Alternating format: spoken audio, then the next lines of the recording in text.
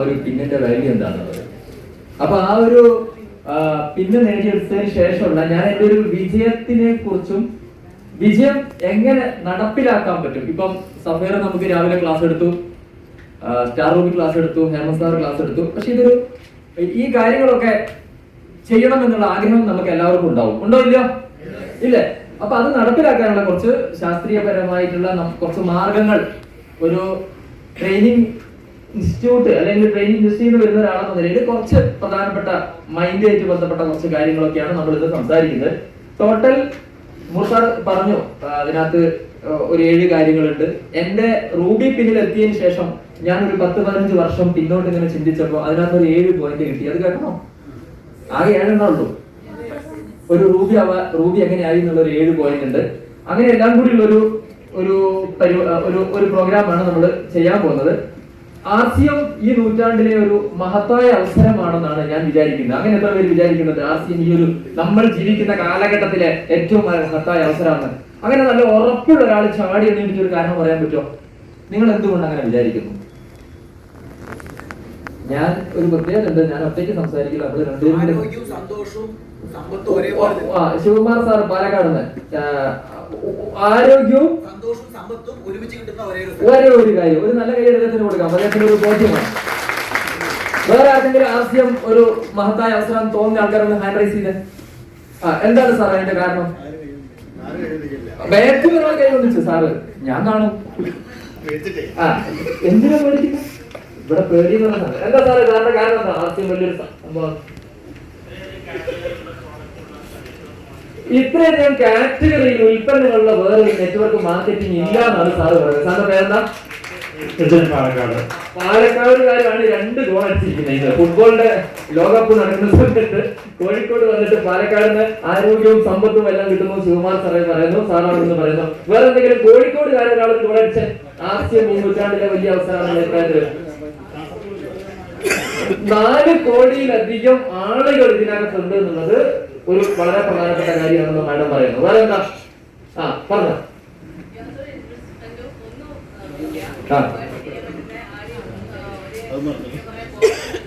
യാതൊരു ഇൻവെസ്റ്റ്മെന്റും ഇല്ലാതെ ഒരു ബോസും ഇല്ലാതെ ചെയ്യാൻ പറ്റുന്ന ഒരു അവസരം ഇതൊരു മഹത്തായ അവസരമായി മാറ്റുന്നതാണ് മാഡത്തിന്. നല്ലൊരു കൈയ്യടി കൊടുക്കാൻ പറ്റുമോ? എന്താ അഭിപ്രായം? എന്താ? ഒരേ സമയം ഉപ്പും ഒരേ സമയം പെയിന്റും ഉള്ള ഒരേ ഒരു കമ്പനി എന്നാണ് സാറ് പറഞ്ഞിരിക്കുന്നത്. എന്താ?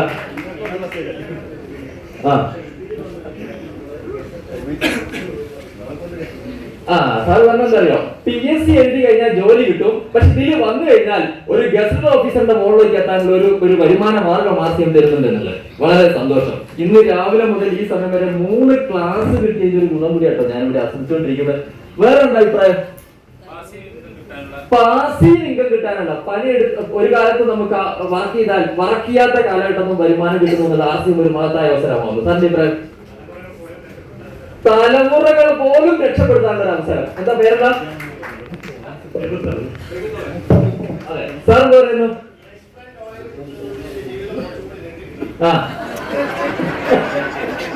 അതൊക്കെ മൈക്ക് പറഞ്ഞേ. ഞാൻ ഡോക്ടറെ ചെക്ക് ചെയ്തിട്ട് ഏത് സമയം തട്ടിപ്പോകുന്നുള്ള അങ്ങനെ RCM അഖിൽസാറിന്റെ കൂടെ ആവശ്യമായാണ് എത്തിക്കൊള്ളുന്നത്. അതുകൊണ്ട് ജീവിതം കുറച്ചുകൂടി നീട്ടിക്കിട്ടി. റൈസ് ബ്രാൻഡ് ഓയിൽ ഏറ്റവും ബെസ്റ്റ് ആണ്. എല്ലാവരും 2 സ്പൂൺ കൂടുതൽ പറയാനില്ല. അത് മാത്രം മതി RCM.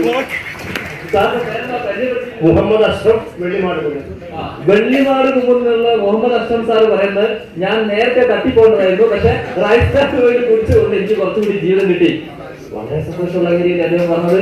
ഇതൊക്കെ എത്രയോ ആളുകൾ കേൾക്കണ്ടേ? റൈസ് ബ്രാൻഡ് ഓയിൽ പരിചയപ്പെടാത്തതുകൊണ്ട് ആരൊക്കെയോ തട്ടിപ്പോയിട്ടുണ്ട് ഇതിനു മുമ്പ്.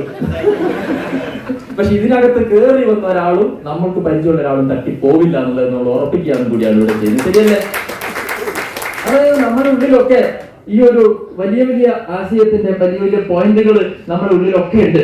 അപ്പം കൂടുതൽ വിദ്യാഭ്യാസം ഇല്ലാതെ മനസ്സിലാക്കാനും ആ. പ്രതിവിധി പറഞ്ഞു കൊടുക്കാനും നമ്മുടെ ഈ ആർസിഎമ്മിലൂടെ ഓ നമുക്ക് അതായത് മാഡം ഇപ്പൊ പറഞ്ഞെന്തറിയോ, കൂടുതൽ വിദ്യാഭ്യാസം ഇല്ലാതെ രോഗങ്ങളെ പറ്റി പറഞ്ഞു കൊടുക്കാനും പ്രതിവിധി കൊടുക്കാനും പറ്റുമെന്ന് പറഞ്ഞാലോ ശരിക്കും പറഞ്ഞാൽ നമ്മളൊരു ഡോക്ടർ തന്നെയാണ് മാഡം പറഞ്ഞത്.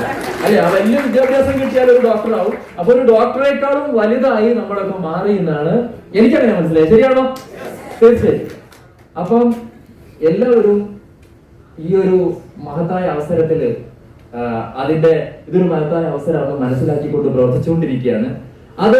ഇതിന്റെ ഒരു പ്ലാൻ കേട്ട സമയത്ത് എനിക്കും മനസ്സിലായി.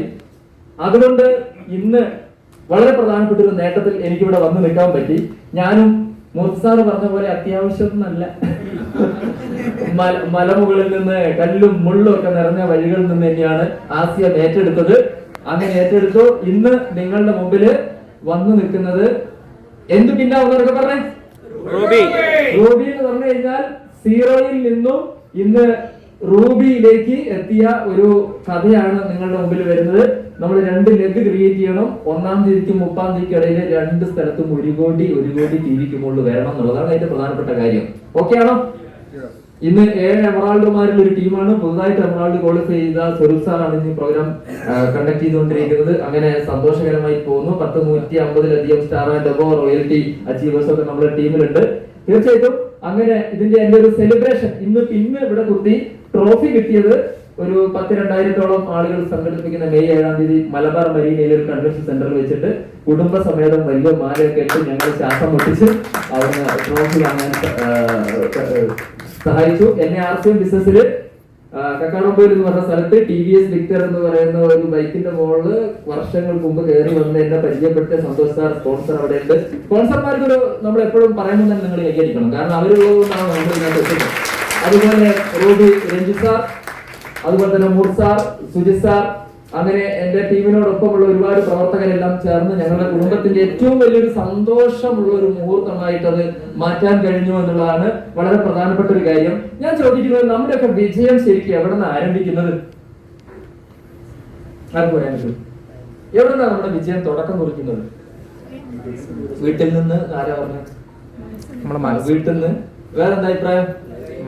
പരാജയത്തിൽ നിന്ന്. എവിടുന്ന? ഒരു തീരുമാനത്തിൽ നിന്ന്. ശരിക്കും ഉത്തരം വരട്ടെ.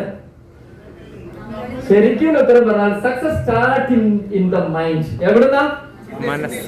നമ്മുടെ മനസ്സിൽ നിന്നാണ് എല്ലാ വിജയങ്ങളും ആരംഭിക്കുന്നത്. ശരിയല്ലേ? മാർക്ക് എവിടെയാ? ഇവിടെ മാർക്ക് ഉണ്ട് എനിക്കറിയാം. നമ്മുടെ മനസ്സിൽ നിന്ന് ആരംഭിക്കുന്നത്. നമ്മൾ ആർസിഎമ്മിൽ ജോയിൻ ചെയ്യുമ്പോൾ തന്നെ ജോയിൻ ചെയ്ത ആൾക്കാരോട് ഗോൾഡ്, ഡയമണ്ട് എന്നൊക്കെ നമ്മൾ പറയും, വിഷ് ചെയ്യും. അതായത് നമ്മുടെ മനസ്സിൽ അദ്ദേഹം ഒരു ഡയമണ്ട് ആവണം എന്നുള്ള ആഗ്രഹമുണ്ട്. അത് അങ്ങനെ തന്നെ അദ്ദേഹം ആഗ്രഹിച്ചു കഴിഞ്ഞാൽ അദ്ദേഹം ഉറപ്പായിട്ട് എന്താവും? ഡയമണ്ട് ആവും. ശരിയല്ലേ? നമ്മൾ ആഗ്രഹിക്കുന്ന പോലെ അദ്ദേഹത്തിന്റെ മനസ്സിലും ആ ഒരു ചിത്രം വരാൻ കഴിഞ്ഞാൽ അദ്ദേഹത്തിനും ഒരു ഡയമണ്ട് ആവാൻ കഴിയും എന്നുള്ളതാണ് പ്രധാനപ്പെട്ടത്. ഞാൻ ഇന്ന് മനസ്സിനെ പറ്റി 2-3 കാര്യങ്ങൾ പറഞ്ഞാൽ നിങ്ങൾക്ക് ഇഷ്ടപ്പെടും? മനസ്സെന്നല്ലേ എല്ലാ വിജയം ആരംഭിക്കുന്നത്. അപ്പൊ നമ്മുടെ മനസ്സിനെ പറ്റി 2-3 കാര്യം പറഞ്ഞാലോ? എന്റെ വിജയം തുടങ്ങിയത് ഞാൻ താമസിച്ചതും പ്രവർത്തിച്ചൊക്കെ വളരെ ദുർഘടമായ ഒരു സ്ഥലത്താണെങ്കിലും എന്റെ മനസ്സിൽ നിന്ന് ഞാൻ ആ പ്രദേശത്തിന്റെ ഒക്കെ മുകളിലൂടെ പറഞ്ഞത് കൊണ്ടാണ് ഇന്നിവിടെ വന്നു നിൽക്കുന്നത്. ശരിയാണോ? അപ്പൊ തീർച്ചയായിട്ടും നമ്മുടെ മനസ്സിനെ പറ്റി പറയുകയാണെങ്കിൽ നമുക്കൊരു മൈൻഡ് പവർ വേണം. എന്ത് വേണം? Mind power. എത്ര പേർക്കുണ്ട് നല്ല മൈൻഡ് പവർ? 1, 2, 3 ഫുള്ള് കഴിക്കുമ്പോൾ എനിക്കറിയാം. കുറച്ച് അതൊരു പറയാം. അപ്പൊ മൈൻഡ് പവറിനെ പറ്റി, മൈൻഡ് ആൻഡ് മൈൻഡ് പവറിനെ പറ്റി ഒത്തിരി 10 പുസ്തകങ്ങൾ നിങ്ങൾക്ക് അവിടെ വായിക്കാൻ പറ്റും. മൈൻഡ് പവർ, മനസ്സിന്റെ ശക്തി. ലോകത്തിൽ ഒരുപാട് ബുക്സ്, സബ് കോൺഷ്യസ് മൈൻഡ്, അതുപോലെ തന്നെ rewire your brain, the art of thinking, clarity, ഇതെല്ലാം മനസ്സുമായിട്ട് ബന്ധപ്പെട്ട പുസ്തകങ്ങളാണ്. എന്തുകൊണ്ടാണ് മനസ്സിനെ പറ്റി ഇത്രയധികം ബുക്കുകൾ ലോകത്ത് എഴുതപ്പെട്ടിരിക്കുന്നത്? മലയാളത്തിലും പല ലാംഗ്വേജിലും. മനസ്സെന്ന് പറയുന്നത് വളരെ പ്രധാനപ്പെട്ട ഒരു കാര്യമാണ്. ഈ പുസ്തകങ്ങളെല്ലാം വായിച്ചാൽ the mind is everything what you think you become. Buddha പറഞ്ഞിരിക്കുന്ന മനസ്സ് എല്ലാമാണ്. നിങ്ങൾ എന്താണോ ചിന്തിക്കുന്നത് അതായി നിങ്ങൾ മാറും. നിങ്ങൾ ചിന്തിക്കുന്നത് എന്താണോ അതായി നിങ്ങൾ മാറുമെന്നാണ് ആ പുസ്തകം. ഞാൻ ഈ മൈൻഡ് പവറിനെ പറ്റി കഴിഞ്ഞ കുറച്ച് കാലം ഹിപ്നോട്ടിസത്തിന്റെ 3-4 കോഴ്സുകൾ അറ്റൻഡ് ചെയ്തു. മൈൻഡുമായിട്ട് ബന്ധപ്പെട്ട കുറെ ഓൺലൈൻ കോഴ്സുകൾ അറ്റൻഡ് ചെയ്തു. അതെല്ലാം പോയ സമയത്ത് ഞാനൊരു 3 പോയിന്റിലേക്ക് മൈൻഡ് പവർ ഉണ്ടാക്കുന്ന ആ ഒരു സത്തയെ കൊണ്ടുവന്നിട്ടുണ്ട്. നിങ്ങൾക്ക് കേൾക്കണോ? ഒരു 3 പോയിന്റിലേക്ക് അത് വരും. നമുക്ക് നല്ല മൈൻഡ് പവർ ഉണ്ടാകാം. നമുക്ക് നല്ല മൈൻഡ് പവർ ഉണ്ടെങ്കിൽ ഈ ലോകത്ത് എവിടെ കിടക്കുന്ന എന്തിനേയും നമ്മളിലേക്ക് നമുക്ക് ആകർഷിക്കാൻ പറ്റും. ഒരു മാഗ്നറ്റിക് തരംഗം, ഒരു മാഗ്നറ്റിക് ബ്രെയിൻ ആയിട്ട് നമ്മുടെ മനസ്സിനെ മാറ്റാൻ പറ്റും. നിങ്ങൾക്ക് ഡയമണ്ടിനെ ആകർഷിച്ച് കൊണ്ടുവരാൻ പറ്റും. അതുപോലെ തന്നെ മൈൻഡ് പവർ നമുക്ക് സ്ട്രോങ് അല്ലെങ്കിൽ ദാരിദ്ര്യത്തിനെയും കഷ്ടപ്പാടിനെയും എല്ലാം ആകർഷിക്കാൻ പറ്റും. നമ്മൾ എപ്പോഴും ദുഃഖത്തിനെ പറ്റി ചിന്തിക്കുകയാണെങ്കിൽ ദുഃഖം ഓട്ടോമാറ്റിക് ഇല്ലാത്ത ദുഃഖം വരും. കഷ്ടപ്പാടിനെ പറ്റി തന്നെ ചിന്തിച്ചുകൊണ്ടിരിക്കുകയാണെങ്കിൽ കഷ്ടപ്പാട് തന്നെ വരും. അപ്പൊ മൈൻഡ് ഈസ് എവരിതിങ്. അപ്പൊ മൈൻഡ് പവർ നന്നായിട്ട് ഇൻക്രീസ് ചെയ്യണം, നല്ല ഉഷാറായിട്ട് മനസ്സിന്റെ ശക്തി ഉണ്ടാവണം എന്നുള്ള ആൾക്കാർ കൈ രണ്ടൊന്ന് പൊക്കി പിടിച്ചു. കൈ രണ്ടും കുറച്ചുകൂടി ഒന്ന് പൊക്കിക്കേ. കുറച്ചുകൂടെ ഊപ്പർവാല മോളിൽ നിങ്ങളെ കൈ കാണുന്ന രീതിയിൽ കുറച്ചുകൂടെ. പൊങ്ങുന്നുണ്ടോ? പൊങ്ങുന്നില്ലേ? നിങ്ങൾ ആഗ്രഹിക്കുന്ന എനിക്ക് കാത്തിട്ടോ. അപ്പൊ നമ്മുടെ മൈൻഡ് പവറിന്റെ ആ ഒരു 3 കാര്യം എന്ന് പറഞ്ഞു കഴിഞ്ഞാൽ, ഒന്നാമത്തെ കാര്യം അൺകണ്ടീഷണൽ ഫോർഗീവ്നെസ്. എന്താണ് അത് പറഞ്ഞതിന്റെ അർത്ഥം? Unconditional forgiveness. ഇപ്പൊ ഞാൻ മനസ്സിലാക്കിയെടുത്തോളം പല ആളുകളുടെ മനസ്സിലും 20 കൊല്ലം മുമ്പുള്ള ദുഃഖം, അവരന്ന് എന്നെ വഴക്ക് പറഞ്ഞു, അവരെന്നോട് അങ്ങനെ പറയാൻ പറ്റുമോ, ചില ആളുകളോടുള്ള വിദ്വേഷം, വൈരാഗ്യം, പല പ്രശ്നങ്ങളും മനസ്സിനുള്ളിൽ ഇങ്ങനെ കിടക്കുക, ഒരു ചെളി കിടക്കുന്നു. അത് മൊത്തം പോയി ശുദ്ധമായാലേ മൈൻഡിൽ ഒരു ജ്വലനം സംഭവിക്കുള്ളൂ. നിങ്ങൾ സിനിമ കാണുന്ന എത്ര ആൾക്കാർ ഇവിടെ ഉണ്ട്? സിനിമ ഇഷ്ടമാണോ? ഞാൻ ഈ അൺകണ്ടീഷണൽ ഫോർഗീവ്നെസ് പറയുന്ന സമയത്ത് ഇതിന്റെ ഓപ്പോസിറ്റ് സാധനം എന്താ? ഇതിന്റെ ഓപ്പോസിറ്റ് എന്താ? പക, ദേഷ്യം. സുരേഷ് ഗോപിയും മമ്മൂട്ടിയും മോഹൻലാലിനും ഒക്കെ ശരിക്കും അവർ ചെയ്ത കാര്യങ്ങൾ വെച്ച് ഏതെങ്കിലും ലോക്കപ്പോ ജയിലോ തകയോ? ചെറിയ എന്തോ ഒരു തെറ്റിയിൽ എത്ര ആളുകൾ അവർ വെടിവെച്ച് കൊല്ലുന്നു, കുത്തിക്കൊല്ലുന്നു. അതായത് സിനിമ, സീരിയൽ, ഇതിനകത്തൊക്കെ പകയാണ് പ്രധാനപ്പെട്ട വിഷയം. ശരിയാണോ? എന്നോ ഒരടി അടിച്ചാൽ എത്ര അടിക്കണം? 5 അടി, 10 അടി, 100 അടി അടിക്കണം, തിരിച്ചടിക്കണം, കൊടുക്കണം. പക വീട്ടാനുള്ളതാണ് അല്ലെ? അതൊക്കെയല്ലേ പ്രമേയം. അപ്പൊ നമ്മൾ സിനിമ കാണുന്നത്. അപ്പൊ നെറ്റ്വർക്ക് മാർക്കറ്റിങ്ങിലൊക്കെ വരുന്ന ആളുകളോട് നിങ്ങൾ സിനിമയും സീരിയലും ഒന്നും അധികം കാണരുതെന്ന് പറയാൻ കാരണം എന്താ അറിയോ? അതൊന്നും കണ്ടു കഴിഞ്ഞാൽ ഇതിനകത്തൊന്നും ചെയ്യാൻ പറ്റില്ല. പിന്നെ എന്തിനുള്ള സമയം ഉണ്ടാവുള്ളൂ? അതിനുള്ള സമയം മാത്രമേ ഉണ്ടാവുള്ളൂ.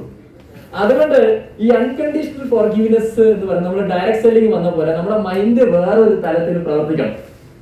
ഞാൻ ഇതിനെ പറ്റി പഠിച്ചത് ഡോക്ടർ ജസ്റ്റിൻ സാർ, സൈക്കോളജിസ്റ്റ് ആണ്. അദ്ദേഹം ഇതിന് ഒരു ട്രെയിനിങ് അദ്ദേഹത്തിന്റെ അറ്റൻഡ് ചെയ്യാൻ പറ്റി. പിന്നെ നമ്മൾ ടീമിന് വേണ്ടി അത് ചെയ്തിട്ടുണ്ടായിരുന്നു. അദ്ദേഹം പറഞ്ഞൊരു കാര്യം, ഒരു തീക്കട്ട നിങ്ങൾ ഇങ്ങനെ കയ്യിൽ പിടിച്ചിട്ട് നിങ്ങൾ ഇങ്ങനെ ചിന്തിക്കുക വേറൊരാൾ എറിയണം. ഒരിക്കലും നിങ്ങൾക്ക് എറിയാൻ പറ്റില്ല. ഈ കൈ ഇങ്ങനെ വെന്തുരുകും. ആരുടെ കൈ? അവനവന്റെ കൈ. നിങ്ങൾക്കിപ്പോ ഇവിടെ ഇല്ലാത്ത എവിടെയോ ഉള്ള ഒരാളോട് ദേഷ്യം സ്ഥിരമായിട്ടുണ്ട്. ആ ദേഷ്യം ഇപ്പൊ എവിടെയുള്ളത്? എവിടെയുള്ളത്? നിങ്ങളെ മനസ്സിലാണുള്ളത്. അയാളെ അറിയുന്നുണ്ടോ? നിങ്ങൾ കൊല്ലങ്ങളോളം കൊണ്ടു നടക്കുക. രോഗങ്ങൾ മാറുമോ? ഒന്നും മാറൂല. എന്താ PVM ബ്രേക്ക്ഫാസ്റ്റ് കൊടുത്തിട്ടും പല അസുഖം മാറാത്തത്?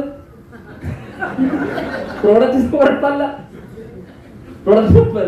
ഇതിനകത്ത് കുറെ കാര്യങ്ങൾ ഇങ്ങനെ കിടക്കുകയാണ്. അപ്പൊ ശരിക്കും പറഞ്ഞാൽ നമ്മുടെ ആ ബ്രെയിൻ ചിത്രം നിങ്ങൾ കാണാം. ആ പൂന്തോട്ടം, ആ മനസ്സിനകത്ത് നിങ്ങൾക്ക് ആരോടെങ്കിലും ദേഷ്യമോ വിദ്വേഷമോ വിഷമോ അസൂയോ എല്ലാം വാഷ് ഔട്ട് ചെയ്ത് ഉപാധികളില്ലാതെ പുറത്തു കൊടുക്കുക എന്ന് പറയാം. എന്താണ്? ഒരു ഉപാധിയില്ല. ഉപാധികളില്ലാതെ നമ്മൾ അതിനെ പുറത്തു കൊടുക്കണം. ഉപാധികളില്ലാതെ പുറത്തു കൊടുക്കണം. ഇത് ശരിക്കും ഒരു 1 ഡേയിൽ തന്നെ ചെയ്യാനുള്ള ഒരു കാര്യമാണ്. ഇതിനകത്ത് നമ്മൾ കുറെ കാര്യങ്ങൾ ഇതിന്റെ ട്രീറ്റ്മെന്റ് ഒക്കെ ആയിട്ട് ചെയ്യാറുണ്ട്. നടക്കുവോ ഇല്ലയോ എന്ന് പറയുന്നു? നടക്കുവോ? നടക്കൂലേ? അപ്പം അതൊരു പ്രധാനപ്പെട്ട കാര്യമാണ്. അടുത്തെന്ന് പറഞ്ഞാൽ ആറ്റിറ്റ്യൂഡ് ഓഫ് ഗ്രാറ്റിറ്റ്യൂഡ്. ലോകത്തെ വിജയിച്ച ആളുകളൊക്കെ നന്ദി പറയുന്നവരും പരാജയപ്പെട്ടവരൊക്കെ കംപ്ലൈന്റ് പറയുന്നവരാണ്. വിജയിച്ചവരെപ്പോഴും എന്താണ്? താങ്ക് യു എന്ന് പറയാൻ അവർക്കൊരു മടിയില്ല. അവരുടെ ബേസിക് ഫീലിംഗ് താങ്ക് യു ആയിരിക്കും. എനിക്കെല്ലാം കിട്ടി, ഞാൻ ഹാപ്പിയാണ്. ഹാപ്പി ആവുന്നവർക്കേ പിന്നെ സക്സസ് ഉള്ളൂ. ഹാപ്പി അല്ലാത്തവർക്ക് സക്സസ് ഇല്ല. അപ്പൊ നമ്മളെ സംബന്ധിച്ചിടത്തോളം താങ്ക് യു അതൊരു പ്രധാനപ്പെട്ട ഒരു ഫീലിംഗ് ആയിട്ട്, ഒരു ഭാവമായിട്ട് നമുക്ക് മാറേണ്ടതുണ്ട്. ഏതാണ്ട് 1.25 ലക്ഷത്തിലധികം ആളുകൾ മുർസാർ കഴിഞ്ഞ എന്റെ ടീമിന്റെ ഒരു കണക്ക് പറഞ്ഞു. അതിനകത്ത് പല ടൈപ്പ് ആളുകൾ നമ്മുടെ ടീമിലേക്ക് കടന്നു വരും. നമ്മൾ നല്ല ഹെൽപ്പ് ചെയ്ത ആളുകൾ വരെ നമുക്ക് മോശമായിട്ട് ബിഹേവ് ചെയ്യാൻ സാധ്യതയുണ്ടോ? അവിടൊക്കെ ഇത് പഠിച്ചില്ലെങ്കിൽ ഒരു ഇഞ്ച് മുന്നോട്ട് പോകാൻ പറ്റില്ല. മനസ്സിലാകുന്നുണ്ടോ? അപ്പൊ നമ്മളെ സംബന്ധിച്ചിടത്തോളം ആറ്റിറ്റ്യൂഡ് ഓഫ് ഗ്രാറ്റിറ്റ്യൂഡ്. മൂന്നാമത്തെ ഒരു കാര്യം എന്ന് പറഞ്ഞാൽ ബ്ലെസ്സിങ് നാച്ചർ. എന്താ ഇതുകൊണ്ട് ഉദ്ദേശിക്കുന്നത്? ബ്ലെസ്സിങ് നാച്ചർ എന്ന് പറഞ്ഞാൽ എന്താ? ബ്ലെസ്സിങ് ഒരു അനുഗ്രഹം അല്ലെങ്കിൽ ഒരു അനുഗ്രഹ വർഷം കൊടുക്കുന്ന ഒരു മനസ്സായിട്ട് നമ്മളത് മാറണം. ഞാനും എന്റെ വൈഫും കൂടെ കഴിഞ്ഞ വൈഫിന്റെ കുടുംബത്തില് ഒരു 6 മാസം മുമ്പ് ഒരാള് വീണു, ബൈക്ക് പറ്റി. അപ്പം ബൈക്കും തമ്മിൽ കൂട്ടിയിടിച്ചതാ. അപ്പം ചെറുപ്പക്കാരനാണ്, അടുത്ത് കല്യാണം കഴിച്ച വൈഫിന്റെ ഫാമിലിയിൽ നിന്ന്. അപ്പം ഞങ്ങളിങ്ങനെ വീണ് കിടക്കുന്ന സ്ഥലത്ത് പോയ സമയത്ത് അദ്ദേഹത്തിന്റെ മുഖത്തൊക്കെ നല്ല പരിക്കുണ്ട്, 2 പല്ല് പോയിട്ടുണ്ട്.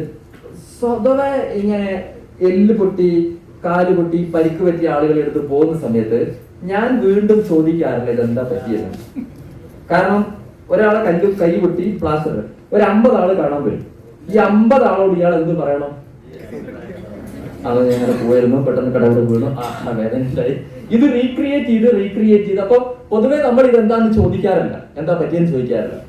ഞങ്ങളിങ്ങനെ അതൊന്നും ചോദിക്കാതെ അയാളോട് കുറെ പോസിറ്റീവായിട്ട് അയാളെ മനസ്സിലേക്ക് ഒരു ഹാപ്പി ആക്കി ഇങ്ങനെ നിൽക്കുന്ന സമയത്ത് അയാളെ വീടിന്റെ ഒരു 10 വീട് അപ്പുറത്തുള്ള ഒരു അമ്മ, ഒരു 10-55 വയസ്സുള്ള ഒരു ലേഡി വന്നു. അവര് ഇങ്ങനെ ഒരു നിൽപ്പം, അതിൽ തന്നെ ഇവന്റെ കാറ്റ് എന്താന്ന് വെച്ചാൽ, എന്നിട്ട് അവര് പറഞ്ഞു എന്റെ വീടിനടുത്തുള്ള ദിവാകരൻ ഇങ്ങനെ വീണിട്ട് 1.5 കൊല്ലം കഴിഞ്ഞിട്ട് എഴുന്നേറ്റ്.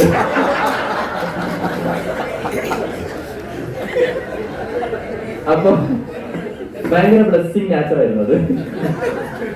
അപ്പൊ ശരിക്കും പറഞ്ഞു കഴിഞ്ഞാൽ ഞാൻ ഇതിനകത്ത് പറയുന്ന ഒരു കാര്യം, നമ്മളോട് ഒരാൾ സംസാരിച്ചാൽ, നമ്മളൊരാളെ കണ്ടാൽ അയാളുടെ നിലവിലുള്ള മാനസികാവസ്ഥേനേക്കാളും കുറച്ചുകൂടി ഉന്നതമായ ഒരു മാനസികാവസ്ഥയിൽ നമുക്ക് എത്തിക്കാൻ പറ്റുമെങ്കിൽ നമുക്ക് ബ്ലെസ്സിങ് നാച്ചർ ഉണ്ടെന്ന് പറയാം. എന്താണ് അതിന്റെ പ്രധാനപ്പെട്ട പോയത്? നമ്മളടുത്ത് ഒരാൾ വന്നിട്ടുണ്ടെങ്കിൽ അയാൾ കുറച്ചും കൂടി ഉഷാറായിട്ട് വേണം തിരിച്ചു പോകാൻ. എന്ത് പറയുന്നു? ഇതാണ് ഏറ്റവും സിമ്പിൾ ആയിട്ടുള്ള ഈ 3 കാര്യങ്ങൾ നിങ്ങൾക്ക് കൊണ്ടുവരാൻ പറ്റുമെങ്കിൽ നിങ്ങളുടെ മനസ്സ് ഏറ്റവും വലിയ സ്വപ്നങ്ങൾ ജ്വലിച്ചു നിൽക്കുന്ന ഒരു മനസ്സായി മാറും. ലോകത്തിലെല്ലാം നിങ്ങളിലേക്ക് ആകർഷിക്കപ്പെടും എന്നുള്ളതാണ് മൈൻഡ് പവർ ഉണ്ടാക്കാനുള്ള പ്രധാനപ്പെട്ട കാര്യം. സാധ്യമാണോ? സാധ്യമാണെന്ന് ഉറപ്പുള്ള ആൾക്കാർ എഴുന്നേറ്റ് ഒരു യെസ് കണ്ടാടിയിരുന്നു. റെഡിയാണോ? അതെ. അപ്പൊ തീർച്ചയായിട്ടും നമുക്കിത് നേടിയെടുക്കണം. അങ്ങനെ നല്ലൊരു മനഃശക്തി, നല്ലൊരു മൈൻഡ് പവർ നമുക്ക് നേടിയെടുത്തു കഴിഞ്ഞാൽ നിങ്ങളെ സംബന്ധിച്ചിടത്തോളം നിങ്ങളുടെ മനസ്സിൽ സ്വപ്നങ്ങൾ, ഞാൻ എന്റെ ഒരു സക്സസിന്റെ ഒരു പ്രധാനപ്പെട്ട ഒരു പോയിന്റ് കൂടിയാണ് പറയുന്നത്. നിങ്ങളുടെ മനസ്സിൽ സ്വപ്നങ്ങൾ വിടരാൻ തുടങ്ങും. എല്ലാം പോയി ക്ലിയർ ആയി, നിങ്ങൾക്ക് സ്വപ്നങ്ങൾ കാണാൻ തുടങ്ങും. സ്വപ്നങ്ങൾ ഉള്ള ആൾക്കാർ എത്ര പേരുണ്ട് ഇവിടെ? നല്ല ആഗ്രഹങ്ങൾ, സ്വപ്നങ്ങളുള്ള. സ്വപ്നം എന്താ? എനിക്കൊരു കൈ തരട്ടെ. സന്തോഷം. ആ 2 മിനിറ്റ് കൊണ്ട് എനിക്കൊരു കൈ കിട്ടി. ഇനി 1/2 മണിക്കൂർ കൊണ്ട് എത്ര കൈ കിട്ടുമെന്ന് അറിയില്ല. അപ്പൊ ബ്ലെസ്സിങ് നാച്ചർ ആണ് സാറിന്റെ. അപ്പൊ നമുക്കൊരു സ്വപ്നങ്ങൾ എല്ലാവർക്കും ഉണ്ട്. ഒരു കാറ് പുതിയ എടുക്കണം എന്ന് ആഗ്രഹിക്കുന്ന ആൾക്കാർ നമ്മുടെ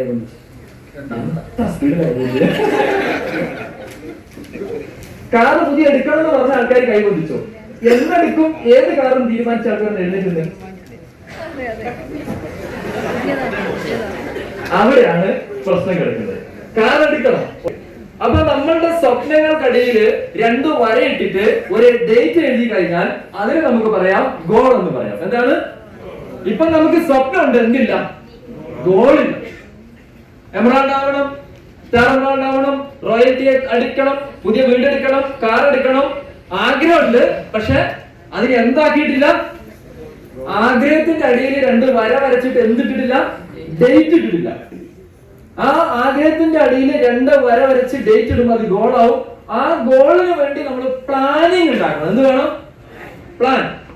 എനിക്ക് പുതിയ കാർ എടുക്കണം, അതിന് 10 ലക്ഷമെങ്കിലും വേണം. 10 ലക്ഷം കിട്ടണമെങ്കിൽ RCMൽ ഏത് പിന്നെത്തണം? ആ പിന്നെത്തണമെങ്കിൽ ഈ മാസം ഞാൻ ഏത് പിന്നെത്തണം? ഡിസംബർ ആകുമ്പോഴേക്ക് എന്താവാൻ പറ്റും? മാർച്ച് ആകുമ്പോൾ എന്താൻ പറ്റും? വീട് എടുക്കണം, 1 കോടിയെങ്കിലും ചെലവാക്കണം. 1 കോടി ചെലവാക്കുന്ന, 1 കോടി ഇൻവെസ്റ്റ് ചെയ്യുന്ന വീട് എടുക്കണമെങ്കിൽ RCM എത്ര പൈസ കിട്ടണം? അതിന് ഇങ്ങനെ പോയി കഴിഞ്ഞാൽ എവിടെ എത്തും? കുറച്ചുകൂടി സ്പീഡ് വേണം. ഇതാണ് പ്ലാനിങ് എന്ന് പറയും. അപ്പൊ നമ്മളെ സംബന്ധിച്ചിടത്തോളം നമുക്ക് ഗോൾ വേണം, പ്ലാനിങ് വേണം, ആക്ഷൻ വേണം. നാലാമത്തെ എന്താ? പ്ലാൻ എടുത്ത് മതിയോ? പ്ലാൻ എടുത്താൽ പോരാ. ഈ കഴിഞ്ഞ മാർച്ച് മാസം റൂബി പിൻ വരണം എന്നുള്ളത് എന്റെ വലിയ ആഗ്രഹമായിരുന്നു. ഞാനത് ഉറപ്പിച്ചു, ഗോൾ സെറ്റ് ചെയ്തു. മാർച്ച് 31 റൂബി വരണം. അതിനുവേണ്ടി ഞാൻ പ്ലാൻ ഉണ്ടാക്കി. മാർച്ച് മാസം 50 മീറ്റിംഗ് എടുത്തു. എത്ര മീറ്റിംഗ് എടുത്തു? 50 പ്രോഗ്രാം. കേരളത്തിലും തമിഴ്നാട്ടിലൊക്കെ ആയിട്ട് 50. ഒരു ദിവസം 3 ക്ലാസ് വെച്ചെടുത്തു. ചില ദിവസങ്ങളൊക്കെ തൊണ്ടയ്ക്കൊക്കെ പ്രശ്നങ്ങൾ വന്നു. പക്ഷെ 50 പ്രോഗ്രാം. അപ്പം റൂബി എന്ന് പറയുന്ന പിന്നിന് വേണ്ടി 50 പ്രോഗ്രാം ഞാൻ പ്ലാൻ ചെയ്തു. 50 പ്രോഗ്രാം ഞാൻ പ്ലാൻ ചെയ്തു മാത്രമല്ല, ഞാൻ ആളുകളെ കൊണ്ട് എന്റെ പ്രോഗ്രാം ഏറ്റെടുപ്പിച്ചു. എങ്ങനെ? നമ്മളിപ്പോ മോഹൻലാലിന് നോക്കിയൊന്നുമല്ലോ, ഇഷ്ടംപോലെ ഡേറ്റ് ഒന്നും കിട്ടില്ല. ചില സ്ഥലത്ത് നമ്മൾ ഡേറ്റ് എടുക്കേണ്ടി വരും. ചില സ്ഥലത്ത് ആഗ്രഹിച്ച് ഡേറ്റ് ചോദിക്കും, ചിലത് നമ്മുടെ ഡേറ്റ് എടുത്തു.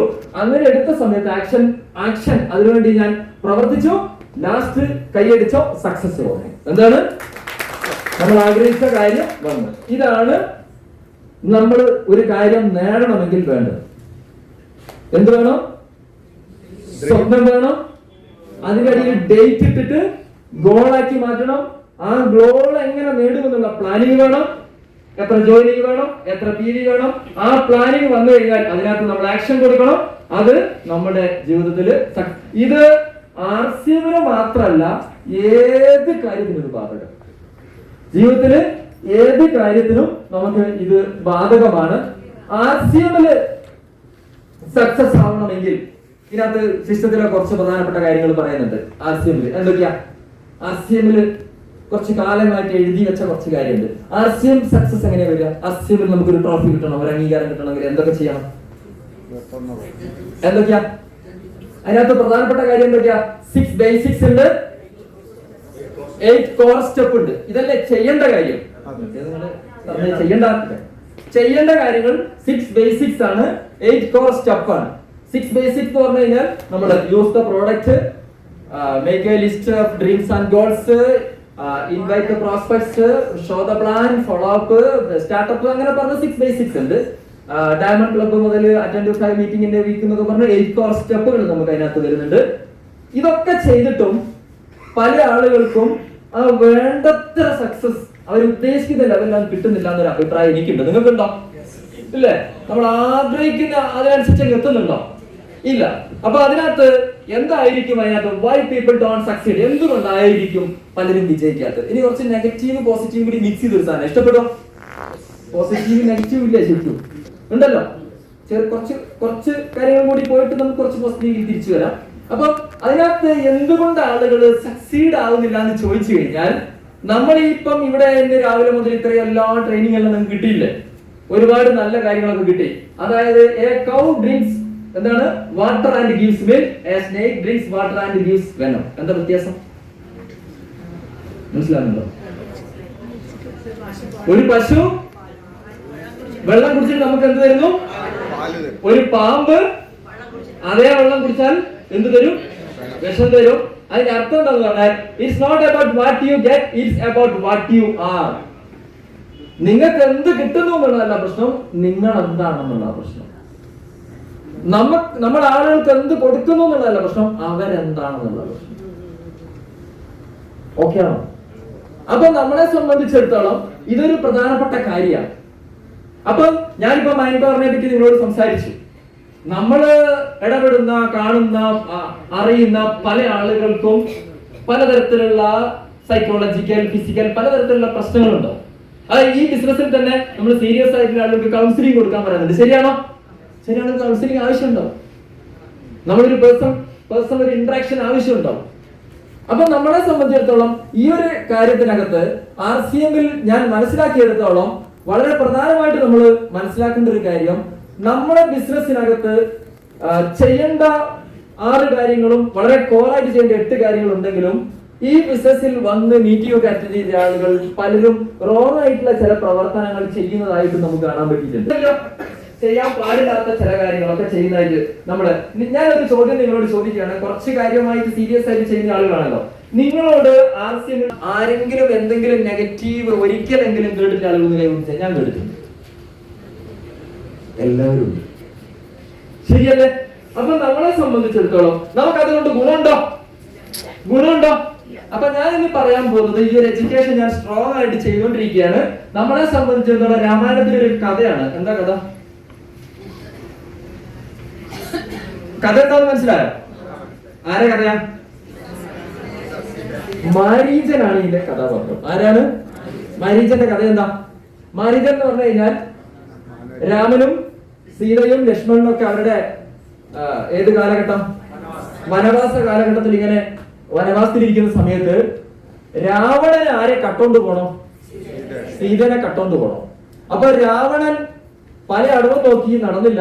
അപ്പൊ രാവണൻ മറ്റൊരു രാക്ഷസനായ മാരീചനോട് പറഞ്ഞു, നിനക്ക് വേഷം മാറാനൊക്കെ കഴിവുള്ളല്ലോ, നീ ഒരു മാനിന്റെ വേഷം ധരിച്ചിട്ട് സീതേനെ പോയി മോഹിപ്പിക്കണം എന്ന് പറഞ്ഞു. അപ്പൊ പറഞ്ഞു റിസ്ക് ആകട്ടോ, രാമൻ ആള് പുലി നടക്കില്ല. അപ്പം രാവണന്റെ നിർബന്ധത്തിന് വഴങ്ങി അവസാനം മാരീചൻ ഒരു സ്വർണ്ണവർണ്ണ നിറമുള്ള നല്ല പുള്ളിയുള്ള ഒരു മാനായി മാറിയിട്ട് ഇവരുടെ ആശ്രമത്തിന് മുമ്പിൽ വന്നു. സീതാദേവിക്ക് ഓട്ടോമാറ്റിക് ആയിട്ടും ഈ മാൻ എങ്ങനെയെങ്കിലും കിട്ടണം എന്നുള്ള ആഗ്രഹം വന്നു.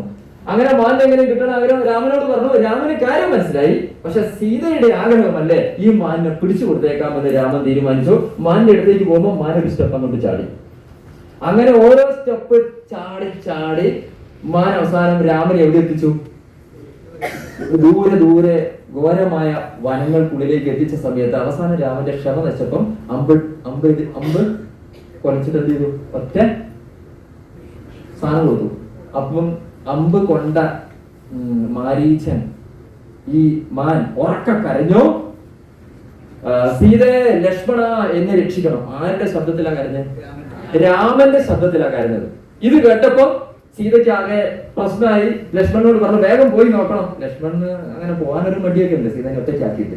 പക്ഷെ സീതയുടെ നിർബന്ധം കാരണം ലക്ഷ്മണൻ രാമനെ കാണാൻ പോയ സമയത്ത് ഓട്ടോമാറ്റിക് ആയിട്ട് രാവണൻ വന്നിട്ട് ആരെയും കൊണ്ടുപോയി? സീതനെ കണ്ടുപോയി. ഇപ്പൊ മാരീചൻ എന്ന് പറയുന്നത് നല്ലൊരു ക്യാരക്ടറാണോ? അല്ല.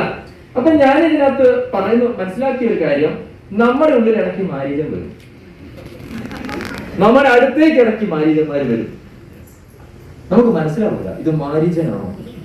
നല്ല സ്വർണ്ണവർണ്ണ നിറവും നല്ല ഭംഗിയോട് കൂടിയൊക്കെയാണ് വരിക. അപ്പൊ മാരീചന്മാരെ മനസ്സിലാക്കിയില്ലെങ്കിൽ നിങ്ങൾക്ക് ദീർഘകാലം ആർസിമിൽ നിൽക്കാൻ പറ്റില്ല.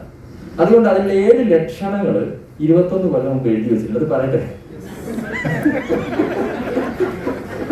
ഒന്നാമത്തെ കാര്യം, നമ്മുടെ ഉള്ളിലും മാരീചൻ വരുമ്പോൾ നമുക്ക് തോന്നുകയാണ് എന്തെങ്കിലും പുതിയൊരു കാര്യം ചെയ്തേക്കാം. സുജിസാറൊക്കെ എന്തെങ്കിലുമൊക്കെ പറഞ്ഞോട്ടെ. ഒരൊറ്റ ഫ്ലക്സ് കോഴിക്കോട് ടൗണിൽ എല്ലാ രോഗത്തിനും മരുന്ന് ആർസിമുണ്ടെന്ന് പറഞ്ഞ് വെച്ചിട്ട് മൊബൈൽ നമ്പർ വെച്ചേക്കാം. ചെയ്യാൻ പാടുണ്ടോ? മാരീചൻ നമ്മളൊന്ന് അങ്ങനെ ചിന്തിപ്പിച്ചു. അങ്ങനെ never apply new idea without നമ്മുടെ സിസ്റ്റത്തിനോട് ആക്റ്റീവ് എഫക്റ്റീവ് ഗ്രോയിങ് അപ്ലൈനോട് ചോദിക്കാതെ നമ്മൾ ഇത്തരം കാര്യങ്ങൾ ചെയ്യാൻ പാടില്ല. ഒന്നാമത്തെ കാര്യം. രണ്ടാമത്തെ, never pass negativity down line and cross line. ഞാൻ ഈ ക്ലാസ് ഒക്കെ എടുക്കുന്ന സമയത്ത് ചില ആളുകൾ ഒരു ഇഷ്ടമില്ലാതെ എന്നെ നോക്കാറുണ്ട്. കാരണം സാറേ ഞങ്ങൾ കുറെ റീല് വീഡിയോ മോട്ടിവേഷൻ ഒക്കെ കാണാറുണ്ട്. നമ്മുടെ ഉള്ളിൽ എന്തെങ്കിലുമൊക്കെ വിഷമമൊക്കെ വന്നു കഴിഞ്ഞാൽ ആരോടെങ്കിലും ഷെയർ ചെയ്താൽ അത് കുറയുമെന്നാണ് ഞങ്ങൾ കേട്ടിരിക്കുന്നത്. ഓക്കെ, പക്ഷെ എന്റെ ടീമിനോട് ഞാൻ ഷെയർ ചെയ്യാറില്ല.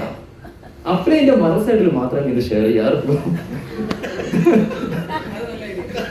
കാരണം നമ്മുടെ ദുഃഖം വിഷമം എല്ലാം ഷെയർ ചെയ്തു ആവുകയും ചെയ്യും, മനസ്സിലെ ദുഃഖങ്ങൾ ഇറങ്ങിപ്പോവുകയും ചെയ്യും. പക്ഷെ സിസ്റ്റത്തിൽ പറയുന്നത് never pass any negativity to cross line. അവിടെ പറയാൻ പാടില്ല. പറഞ്ഞു കഴിഞ്ഞാൽ 10 ഇരട്ടി വിളവ് നിങ്ങൾ എടുക്കേണ്ടി വരും. എന്തിന്റെ? നമ്മൾ എന്താണോ വിതയ്ക്കുന്നത് അത് കൊയ്യേണ്ടി വരും. അപ്പൊ ഇത് നിങ്ങൾ മാരീചന്റെ ലക്ഷണങ്ങളാണ്. അത് പ്രത്യേകം ഒന്ന് ശ്രദ്ധിക്കുക. Never mess up anybody's money, ego and family. വേറൊരാളുടെ പണം, കുടുംബം, ഇതിനൊക്കെ നമ്മൾ കാരണം കൊളാക്കാനോ തകർക്കാനോ പാടില്ല. മാരീചൻ ആരുടെ കുടുംബം കൊളാക്കാനായിരുന്നു വന്ന് നടന്നില്ല. അപ്പൊ തീർച്ചയായിട്ടും ഞാൻ പറഞ്ഞു വരുന്നത് ഇത് നമ്മൾ തീർച്ചയായും ശ്രദ്ധിക്കണം. നെവർ ക്രിറ്റിസൈസ്, കണ്ടം ആൻഡ് കംപ്ലൈന്റ്. കുറ്റപ്പെടുത്തുക, പരാതി പറയുക, വിമർശിക്കുക എന്നുള്ളതൊന്നും ഇതിനകത്തില്ല.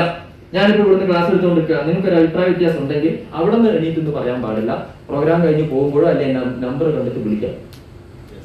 ഓക്കെ ആണോ? അതാണ് ഇതിന്റെ ഒരു സിസ്റ്റം. ചില ആൾക്കാരൊക്കെ ലീഡർ പറഞ്ഞാൽ ശരിയല്ലാതൊക്കെ മീറ്റിംഗ് വിളിച്ചു വരുന്നൊക്കെ പലപ്പോഴും ഞാൻ കേട്ടിട്ടുണ്ട്. പക്ഷെ ഈ സിസ്റ്റത്തിൽ അതില്ല. അങ്ങനെയാവുമ്പോൾ അവർക്ക് മുന്നോട്ട് പോകാൻ പറ്റില്ല. അവരൊരു കാര്യം പറഞ്ഞാൽ 10 ആൾ അവരെ താഴേന്ന് ഇത് പറയാൻ വരും. അപ്പൊ അവരെ പറ്റി പറയാൻ പറ്റും. അപ്പൊ ഈ കംപ്ലൈന്റ് ഇതൊന്നും ഇതിനകത്ത് പ്രധാനപ്പെട്ട കാര്യമല്ല. അതുകൊണ്ട് don't discuss your business with cross line. നമ്മുടെ അപ്പുറത്തുള്ള നമ്മുടെ ബിസിനസ് ആയിട്ട് ഒരു ബന്ധമില്ലാത്ത ഒരാളോട് നമ്മുടെ ബിസിനസ് സംസാരിക്കാൻ പാടില്ല. ഇതിൽ വളരെ അധികം വിദഗ്ധമായ പ്രവർത്തനങ്ങൾ നടക്കുന്ന ഒരു ഏരിയയാണ് ബിസിനസ് ഡിസ്കഷൻ. അപ്പൊ ഇതിനകത്ത് ഞാൻ മനസ്സിലാക്കിയെടുത്തോളം ഇതിന്റെ അങ്ങേ തലയിലേക്കൊക്കെ പല ആളുകളും ഈ ഒരു എഡ്യൂക്കേഷൻ RCM ബിസിനസ്സിൽ ശരിക്കും പറഞ്ഞു കഴിഞ്ഞാൽ ചെയ്യേണ്ട 6 കാര്യങ്ങൾ പറയും, വളരെ പ്രാധാന്യമുള്ള കോസ്റ്റ് പെട്ടെന്ന് പറയും. ഇത് സൈലന്റ് ആയതുകൊണ്ട് സ്വന്തം സൈറ്റ് എടുത്ത് ക്രോസ് ലൈനിൽ കാണിച്ചു കൊടുക്കുന്ന ആൾക്കാർ വരെ നിലവിൽ വളർന്നു വന്നു കഴിഞ്ഞു. അപ്പൊ ക്രോസ് ലൈൻ എന്ന് പറഞ്ഞാൽ ശരിക്കും പറഞ്ഞാൽ നമ്മുടെ ബിസിനസ്സിൽ നമ്മൾ 30 സെക്കൻഡാണ് അവരായിട്ടുള്ള സമ്പർക്കമായിട്ട് പറയുന്നത്. 30 സെക്കൻഡ്. ഇപ്പൊ മൂർസാർ ഒരു സ്റ്റോറി പറഞ്ഞു, ബിൽവാരയിൽ സുജിസാറും മൂർസാറും രഞ്ജിസാറും ഒക്കെ പോയ സമയത്ത് 2 റൂബിമാരാണ് സുജിസാറിന്റെ ഒരു ലെഗിലുള്ള ഹേമസാറും മറുലെഗിലുള്ള രഞ്ജിസാർ, ഇവർ രണ്ടുപേരും കൂടി ഒരു ദിവസം ഒരു റൂം കിടക്കാൻ നോക്കിയപ്പോൾ സുരേന്ദ്രഭട്ട് സാർ സമ്മതിച്ചില്ല എന്നാണ് മൂർസാർ പറഞ്ഞത്. ശരിയാണോ സാറേ? കറക്റ്റാണ് സാർ, കേൾക്കുന്നുണ്ട്. കാരണം വളരെ നല്ല കാര്യങ്ങളൊന്നും സംഭവിക്കാൻ സാധ്യതയില്ല എന്നുള്ളതാണ് റൂബി ആയാൽ പോലും. അപ്പൊ ഇതിൽ നമ്മളൊരു പ്രധാനപ്പെട്ട ശ്രദ്ധ ഈ കാര്യത്തിൽ വരുത്തണം. ഞങ്ങൾ ഈ കാര്യം ഒരു 2 ഡേ ട്രെയിനിങ്ങിന്റെ രാത്രി കിടന്നുറങ്ങുന്നതിന് മുമ്പാണ് ഞാൻ ഈ ട്രെയിനിങ് എടുത്ത്. അതുകൊണ്ട് നല്ലൊരു 2 ഡേ ആയിരുന്നു ഇത് മാറി. കാരണം ഒന്നിച്ച് കുറെ ആളുകൾ റൂമൊക്കെ ഷെയർ ചെയ്യും. അപ്പൊ തീർച്ചയായിട്ടും നമ്മൾ ഈ കാര്യത്തിൽ വളരെയധികം ശ്രദ്ധിക്കണം. ഞാൻ ഒരിക്കൽ പറഞ്ഞൊരു ഡയലോഗ് ഉണ്ട്, ദൈവപുത്രന്മാരൊന്നും നിലവിൽ ഇതിനകത്ത് വന്നിട്ടില്ല. ഇനി വരും, നമ്മുടെ മൈൻഡ് പവറിന്റെ എഡ്യൂക്കേഷൻ കഴിയുമ്പോൾ വരും. അപ്പോ സിസ്റ്റത്തിൽ എന്തെങ്കിലും മാറ്റം വരികയാണെങ്കിൽ നമുക്ക് ഇത് ആലോചിക്കാം. അതുപോലെ തന്നെ never use alcohol and smoking in business. ഇത് ഇങ്ങനെ ക്ലാസ് എടുത്തതുകൊണ്ട് പണ്ടൊരാള് എവിടെ ആൽക്കഹോൾ സ്മോക്കിംഗ് പാടില്ല എന്ന് പറഞ്ഞത് ബിസിനസ് ചെയ്യുന്ന സമയത്ത് പാടില്ല എന്ന് പറഞ്ഞത്. ഇയാൾ അത്യാവശ്യം ഒരു സ്റ്റാറിലൊക്കെ എത്തിയ ആളാണ്, എനിക്ക് പരിചയമുള്ള ആളാണ്. പകലൊക്കെ ടീമിന്റെ കൂടെ കഠിനമായി പ്രവർത്തിക്കും. 1 to 1 ഹോം മീറ്റിങ്ങിനൊക്കെ പോകുമ്പോൾ ആ പോകുന്നതിന്റെ ഇടയ്ക്ക് ഇയാൾക്ക് ആളുകളുടെ പെരുമാറ്റത്തിലൊക്കെ ചെറിയ കിച്ച് ഉണ്ടാവുമല്ലോ. നമ്മൾ വിചാരിച്ച പോലെ ഇയാൾ എഡ്യൂക്കേഷൻ നടത്തിട്ട് അപ്പൊ രാത്രി ഒരു 7-8 മണിയാകുമ്പോൾ ഇയാൾക്ക് എന്താണ് പരിപാടി? പൊട്ടിക്കുക. അപ്പൊ ഇയാൾക്ക് പകലുണ്ടായ കാര്യങ്ങളൊക്കെ എന്ത് വരും? തികട്ടി വന്നിട്ട് ഫോൺ എടുത്ത് വിളിച്ചിട്ട് നീ അന്നേരം പറഞ്ഞത് എനിക്ക് ഇഷ്ടപ്പെട്ടിട്ടില്ല, ഞാൻ അവിടെ വെച്ച് വേണ്ടാന്ന് വിചാരിച്ചതാ. ഇന്ന് അങ്ങനത്തെ ഒരു സ്റ്റാർ ഇല്ല. കൈയടിച്ച് പാസ്സായിരിക്കും. അപ്പൊ ബിസിനസ്സിലാണെങ്കിലും ബിസിനസ്സിലല്ലെങ്കിലും ഇത് വലിയൊരു സാധ്യത ഇല്ല എന്നതാണ് ഞാൻ മനസ്സിലാക്കിയിരിക്കുന്ന ഒരു കാര്യം. അതുപോലെ തന്നെ don't lie avoid boasting and unnecessary, അനാവശ്യമായ ഷോ ഓഫ് ഒന്നും വേണ്ട. ശരിക്കും പറഞ്ഞാൽ ഞാൻ നെറ്റ്വർക്ക് മാർക്കറ്റിംഗിൽ ഒത്തിരി കമ്പനികളായിട്ട് ബന്ധപ്പെട്ട അസോസിയേഷനിലൊക്കെ ഉള്ള ആളാണ്. ഇന്ന് മുർസാറ് ഹാരികളൊക്കെ വരുന്നുണ്ടെങ്കിൽ ഇതിന്റെ 10-1 പൈസ ഉള്ള ആളുകൾക്കും പെൻസിലാണ് വരുന്നത്. ലോൺ അച്ചീവ്മെന്റ് ആണ്. അപ്പൊ നമുക്ക് ഷോ ഓഫ് ആർസിയം കുറവാണ്. റിയലിസ്റ്റിക് ആയിട്ടാണ് പലരും വരുന്നത്. നമ്മളും ഓവർ ആക്കേണ്ട കാര്യമില്ല. പക്ഷെ നമ്മൾ അത്യാവശ്യം വേണം താരം. നമ്മുടെ ഓരോ പൊസിഷനിലും അനുസരിച്ച് നമ്മൾ ചെയ്യേണ്ട കാര്യങ്ങളൊക്കെ ചെയ്യണം. ഈ ഒരു 7 പ്രധാനപ്പെട്ട കാര്യങ്ങൾ പ്രധാനപ്പെട്ടാന്ന് എത്ര പേർക്ക് തോന്നുന്നുണ്ട്? ശരിയാണോ? 100% അല്ലേ? അപ്പൊ ഈ ഒരു കാര്യം നമ്മളെപ്പോഴും മനസ്സിൽ വെച്ച് പ്രവർത്തിക്കുക എന്നുള്ളതാണ് പ്രധാനപ്പെട്ട കാര്യം. ഇനി എന്റെ ഒരു 7 വിജയ മന്ത്രങ്ങൾ കൂടി പറഞ്ഞ് നമുക്ക് ഇന്ന് അവസാനിപ്പിക്കാം. സമയം കുറച്ചായില്ലേ? നിങ്ങൾക്ക് പോകാൻ തരത്തില്ലേ? ഉണ്ടോ ഇല്ലയോ?